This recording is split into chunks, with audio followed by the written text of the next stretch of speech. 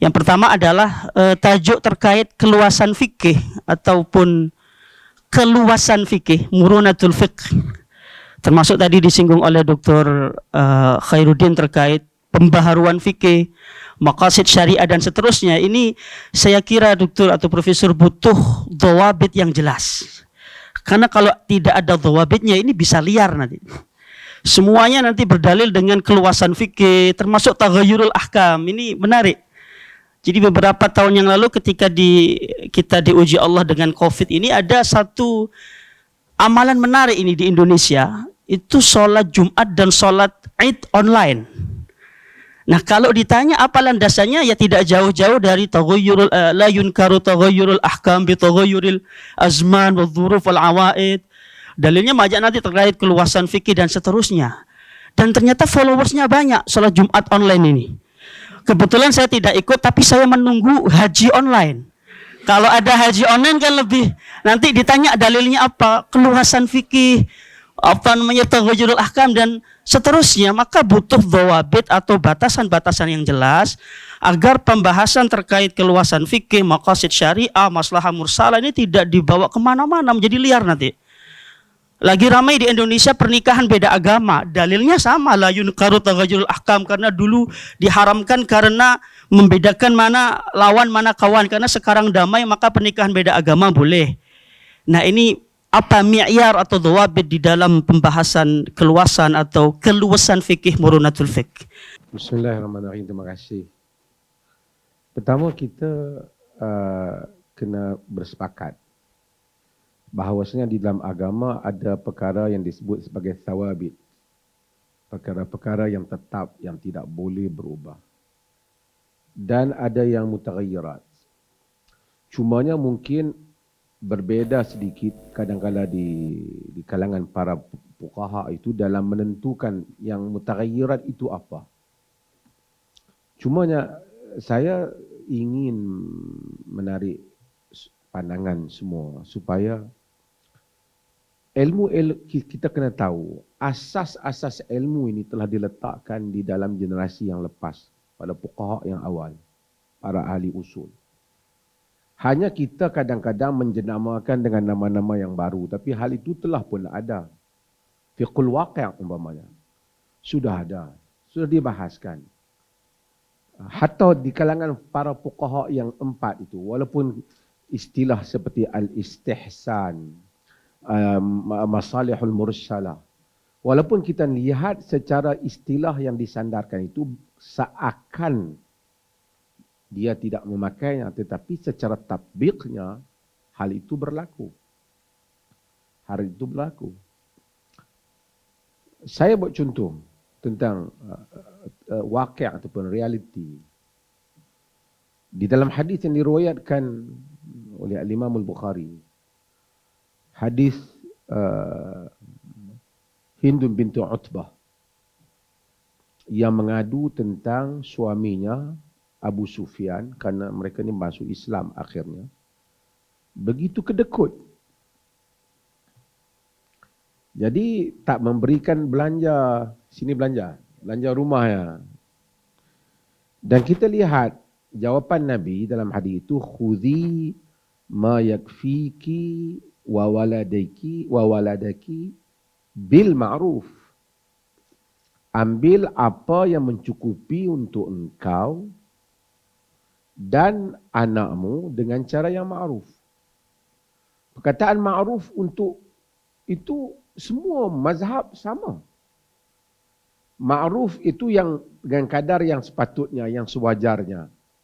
Tapi ma'ruf untuk orang kaya tak sama ma'ruf untuk orang miskin. Ma'ruf untuk orang Indonesia mungkin tak sama dengan orang Malaysia. Ma'ruf untuk satu masyarakat yang high class, yang anaknya pergi ke kelas-kelas tambahan, tak sama dengan ma'ruf kepada satu masyarakat yang mana mungkin pergi sekadar sekolah yang asas saja. Di Afrika mungkin berbeza. Fuqaha sama. Ini di dalam mentatbiqkan makna ma'ruf. Hatta kalau kemudian timbul kebelakangan ini di atas perkembangan, timbul apa yang dinamakan Al-Madrasah Al-Maqasidiyah ataupun School Maqasidi. School Maqasidi ini sebenarnya dia tidak boleh berpisah daripada kerangka pemikiran. Siapakah yang membincangkan tentang maqasid ini? Yang membincangkan tentang maqasid ini ialah ahli-ahli fiqh. Seperti Al-Imam Al-Ghazali yang menulis tentang dalam Al-Mustasfa. Yang membincangkan tentang maqasid ini seperti Asy-Syatibi yang menulis di dalam Al-Muwafaqat. Tetapi yang menjadi masalah, daripada latar belakang yang tidak mengetahui usul fiqh dan fiqh, terus-terus membicarakan tentang maqasidus syariah. Ini telah menjadi masalah. Lalu yang dia sangka maqasid itu maqasid di sisi dia.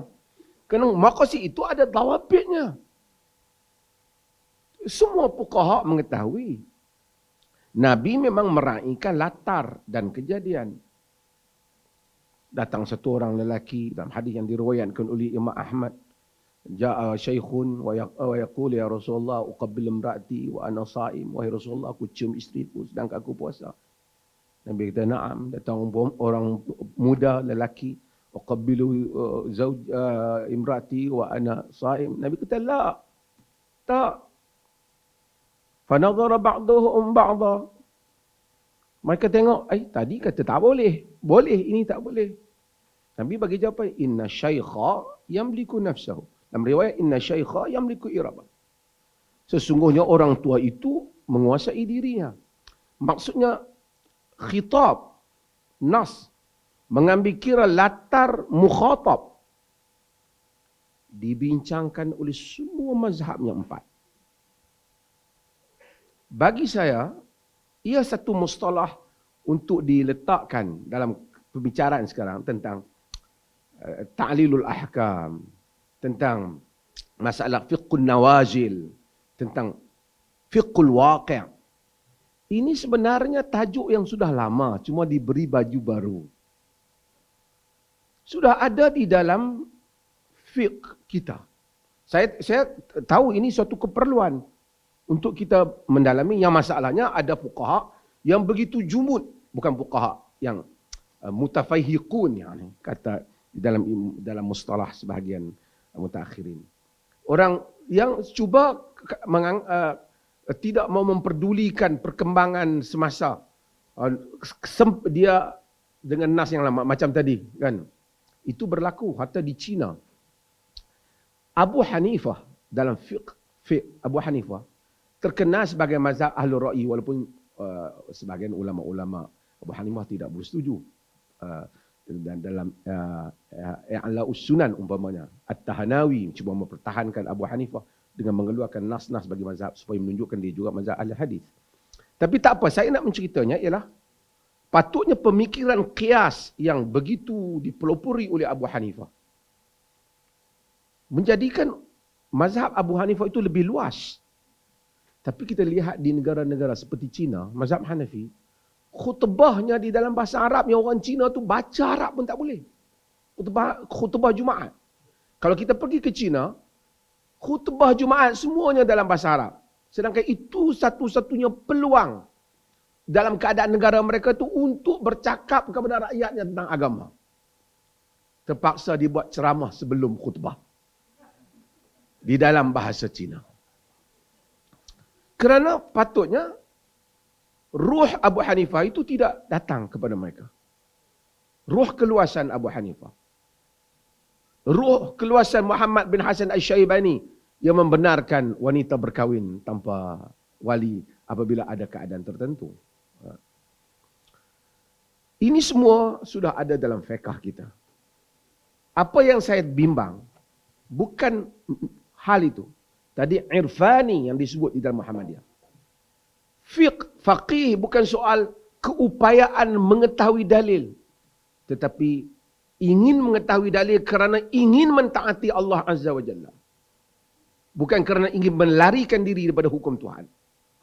Tapi apabila fiqh itu telah berada di tangan ilmu ini, secara picisan berada di tangan, saya minta maaf ya kalau kita berbeza, Hasan Hanafi daripada Morocco.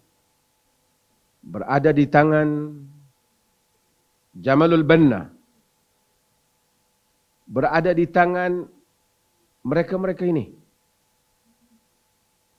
Jamalul Banna yang menulis min jinayati haddathana, jenayah haddathana.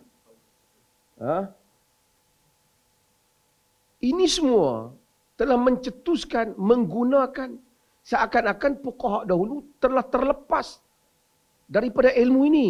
Hanya mereka yang menemui ilmu ini. Fuqaha dulu telah membincangkan tentang dawabit bagi setiap hal-hal. Oh, masuk waktu solat. Okey. Oh ya.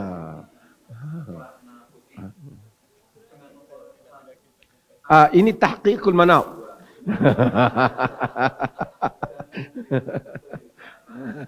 Tapi dia tidak tangkih.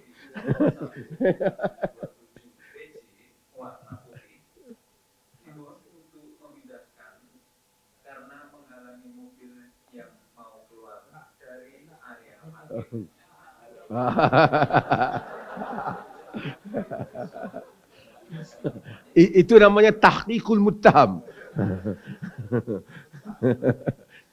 Tak apa, saya bukan, tapi ini panjang bicaranya. Ini satu debat yang bagus.